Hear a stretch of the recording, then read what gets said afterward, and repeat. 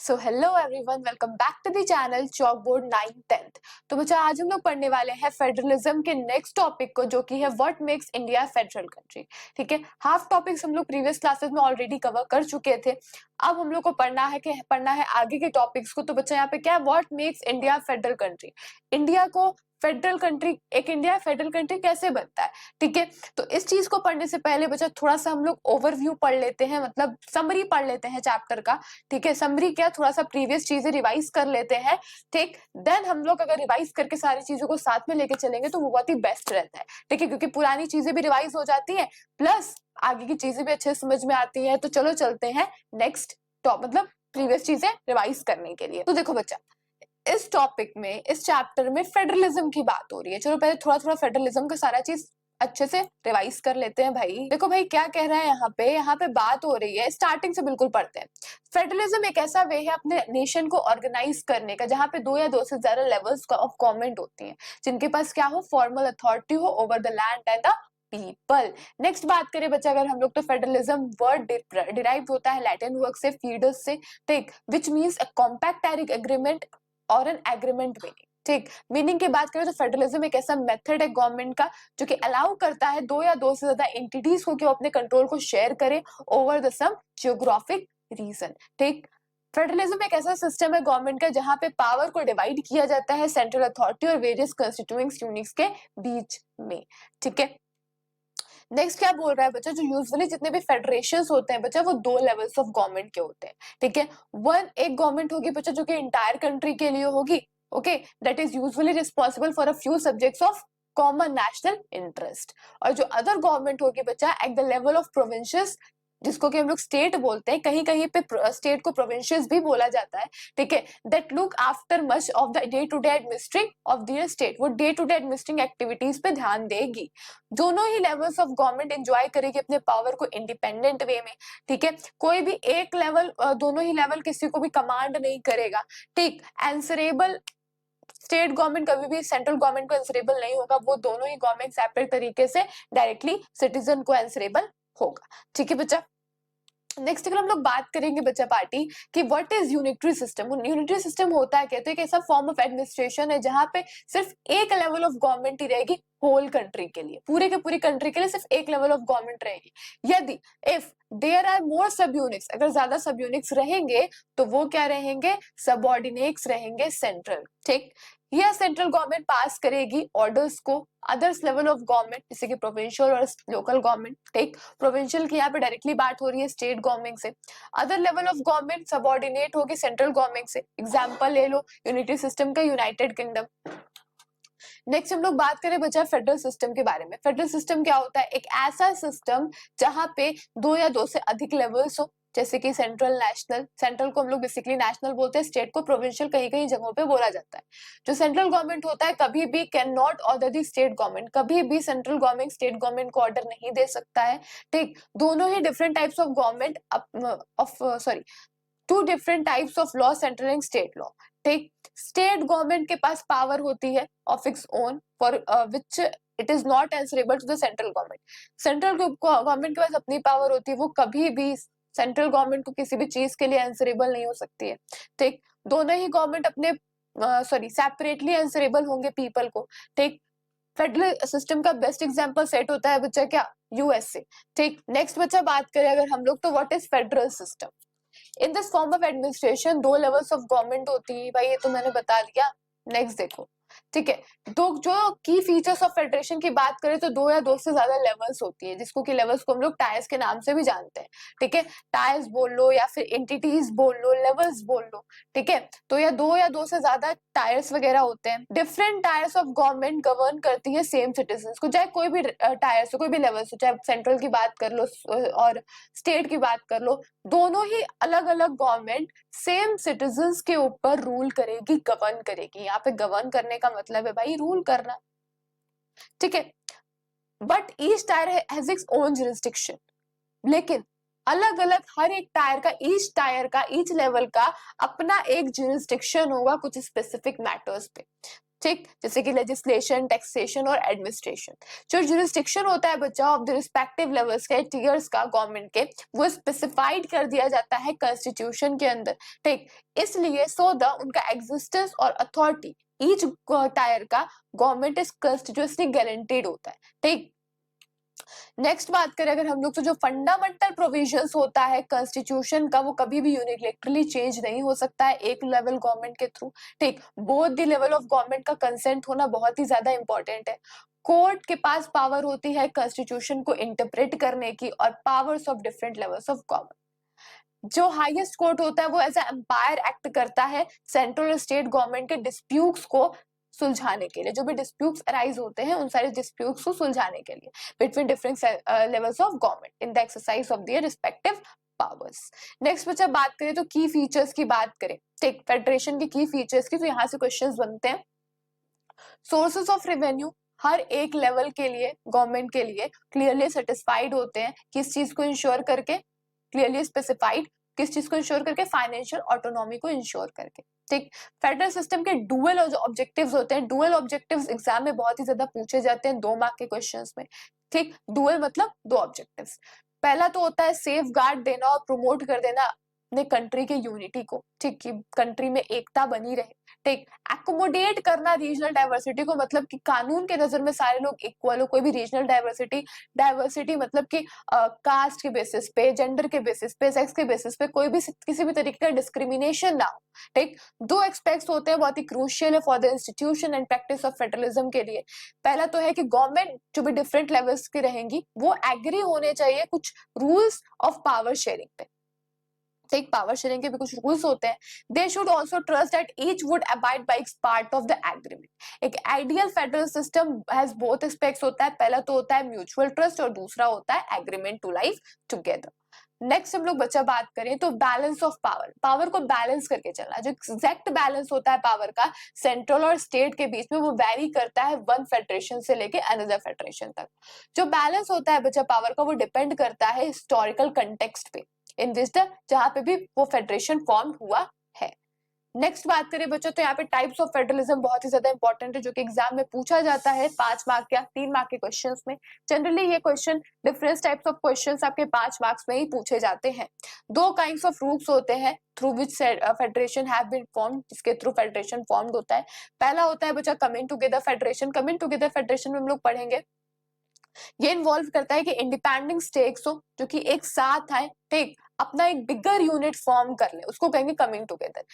जो coming together federation है बच्चा, वो अपने सवर्निटी को मेंटेन करती है। ठीक, it has to maintain sovereignty, मतलब कंट्री में एक सवर्निटी को मेंटेन करने में बहुत ही ज्यादा हेल्प करती है और कंट्री में सिक्योरिटी बनाए रखने में भी बहुत ज्यादा हेल्प करती है। Each state is equally strong, हर एक स्टेट अपने में एक बिगर यूनिट है, स्ट्रॉन्ग है। जैसे कि एग्जाम्पल ले लो USA, United States of America, ठीक, स्विट्जरलैंड, ऑस्ट्रेलिया। तो कमिंग टुगेदर का बहुत सिंपल सा है कि इंडिपेंडेंट स्टेट्स एक साथ आएंगी, एक बिगर यूनिट को फॉर्म करेंगी और ये हेल्प करता है मेंटेन करने में सवर्निटी को और सिक्योरिटी को, और each state is equally strong. For example USA, Switzerland, Australia. ठीक, एक बार फिर और मैं क्लियर कर देती हूँ बच्चे कि इन्वॉल्व करता है कि इंडिपेंडेंट स्टेट्स एक साथ आएंगी, ठीक, एक बिगर यूनिट फॉर्म करेंगी, हेल्प करता है मेंटेन करने में सवर्निटी और सिक्योरिटी को, और हर एक स्टेट अपने में इक्वली टाइप ऑफ स्ट्रॉन्ग होंगी।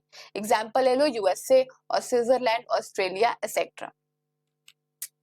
नेक्स्ट बच्चा अगर हम लोग बात करें होल्डिंग टुगेदर फेडरेशन की, होल्डिंग टुगेदर फेडरेशन क्या होता है? It is where a large country, ठीक, एक लार्ज कंट्री हो जो कि डिसाइड करे, it is where a large country जो कि डिसाइड करे to divide its power between the constituent states, वो अपने पावर को डिवाइड करना चाहती है कंस्टिट्यूएंट स्टेट्स में और नेशनल गवर्नमेंट में। ठीक, country is divided into state for better administration. Country क्यों डिवाइड होगी, किस चीज के लिए? एक बेटर एडमिनिस्ट्रेशन के लिए। ठीक, ये हेल्प करता है डाइवर्सिटी को एकोमोडेट करने में, ठीक, एकोमोडेशन ऑफ डाइवर्सिटी। कुछ states might be given more power, कुछ स्टेट्स को ज्यादा पावर दे दी जाएगी और अल्टीमेट पावर किनके पास रहेगी? सेंट्रल के पास रहेगी, ठीक, सेंट्रल के हाथ में रहेगी। एग्जाम्पल क्या होता है होल्डिंग टुगेदर फेडरेशन को? तो बच्चा India, Spain, Belgium, these are the examples of holding together federation.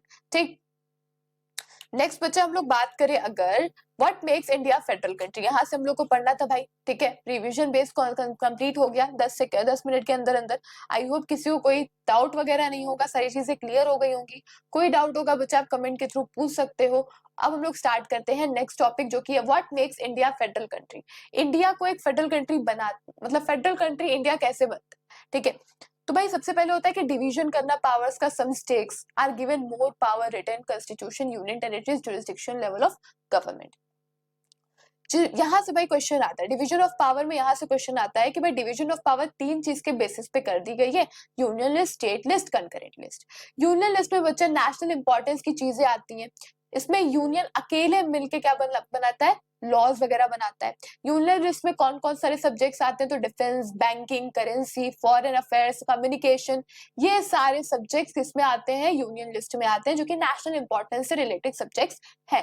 State list की बच्चा बात करें तो ये सारे सब्जेक्ट्स लोकल और स्टेट इंपॉर्टेंस के लिए होते हैं, ठीक। इसको स्टेट गवर्नमेंट अकेले मिलके बनाता है। और स्टेट लिस्ट में क्या होता है बच्चा, कौन से सब्जेक्ट आते हैं, police, trade, commerce, agriculture and irrigation, these are the subjects of state list.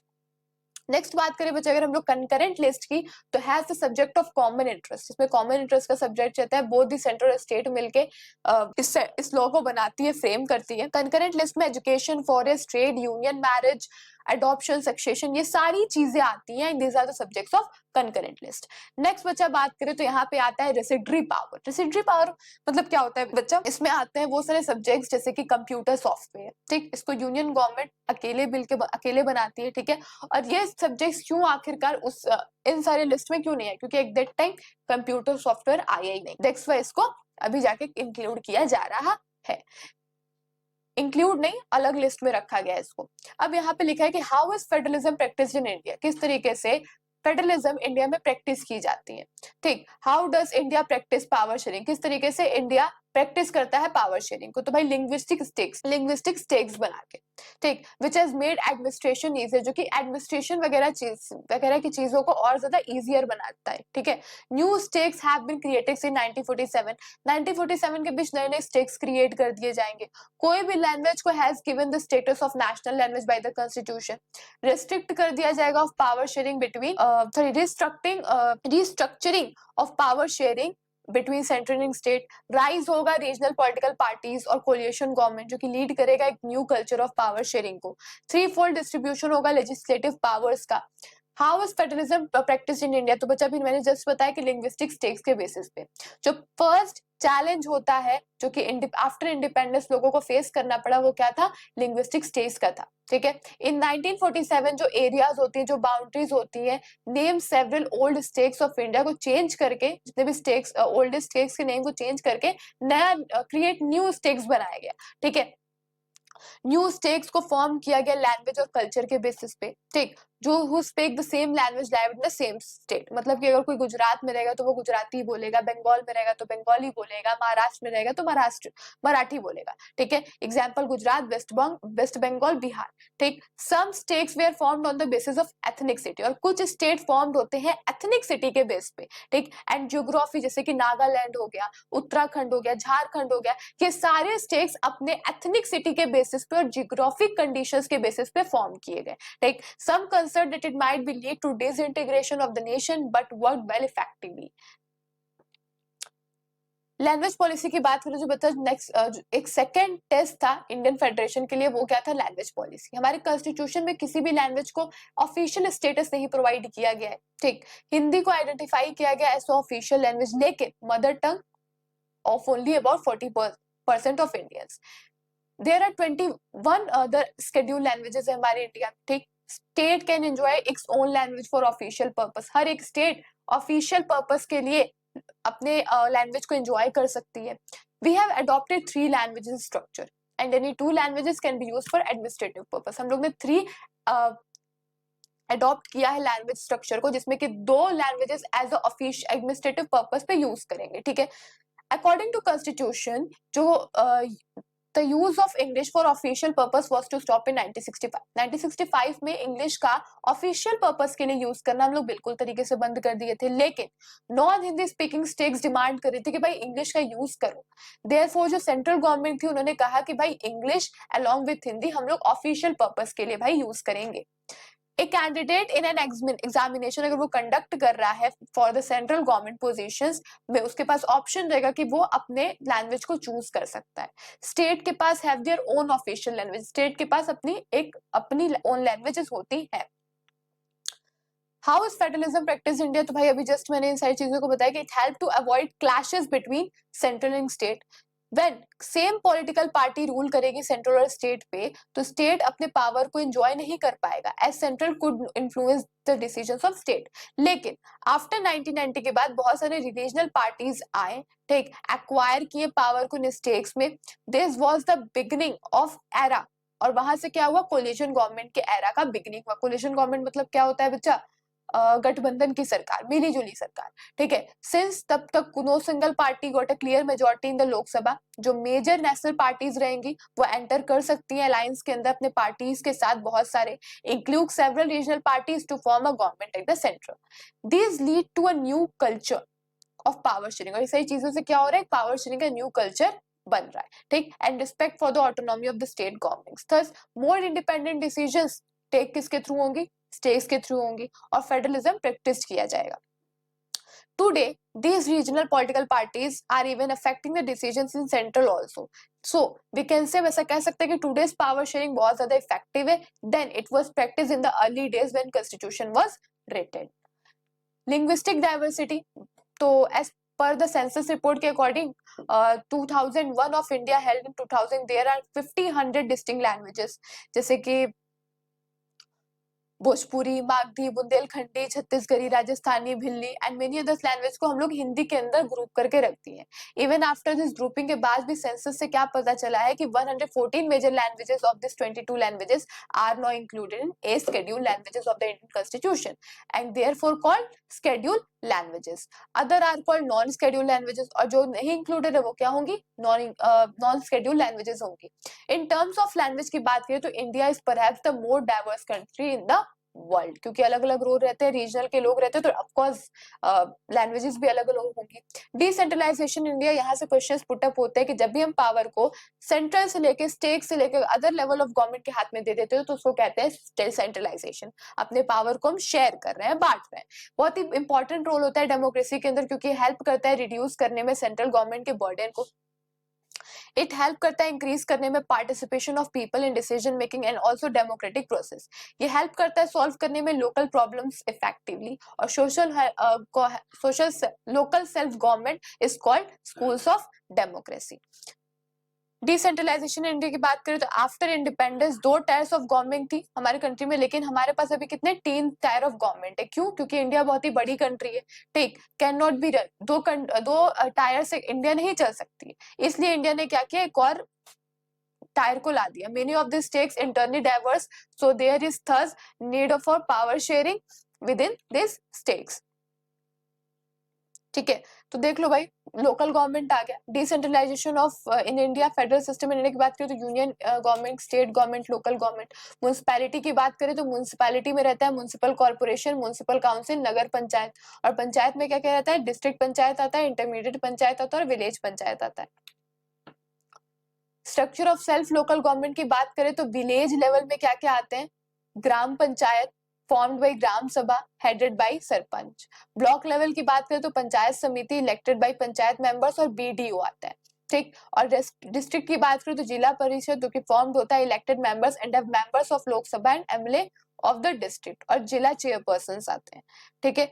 Next बच्चा बात करें तो structure of self local government towns और बिग सिटीज में कैसी रहती है, तो टाउन्स में रहती है जो लोकल एरियाज रहते हैं उसको टाउन्स बोलते हैं, तो वहां पे म्युनिसिपैलिटी सेटअप कर दी जाएंगी, म्युनिसिपल चेयरपर्सन को हेड बना दिया जाएगा, ठीक। और बिग सिटीज में क्या रहता है, म्युनिसिपल कॉर्पोरेशंस रहते हैं और वहां के हेड कौन रहते हैं, मेयर रहते हैं, ठीक। Deficiencies of local self government, तो इलेक्शंस होते हैं ग्राम सभा, रेगुलरली हेल्ड नहीं होते हैं। Most state government are not transferring power and resources. ठीक, कुछ स्टेट गवर्नमेंट क्या करते हैं कि पावर वगैरह को ट्रांसफर नहीं करती, रिसोर्सेज नहीं देती है। Example financial needs. Women in active participation है आपका किसमें बच्चा? लोकल सेल्फ गवर्नमेंट में। तो बच्चा बेसिकली ये आपका पूरा का पूरा चैप्टर फेडरलिज्म अच्छे तरीके से कंप्लीट होता है। किसी भी बच्चे को कोई भी डाउट रेज होगा आप कमेंट के थ्रू मेरे से पूछ सकते हो। ठीक, तो बच्चा मिलते हैं हम लोग नेक्स्ट क्लास में। Bye bye.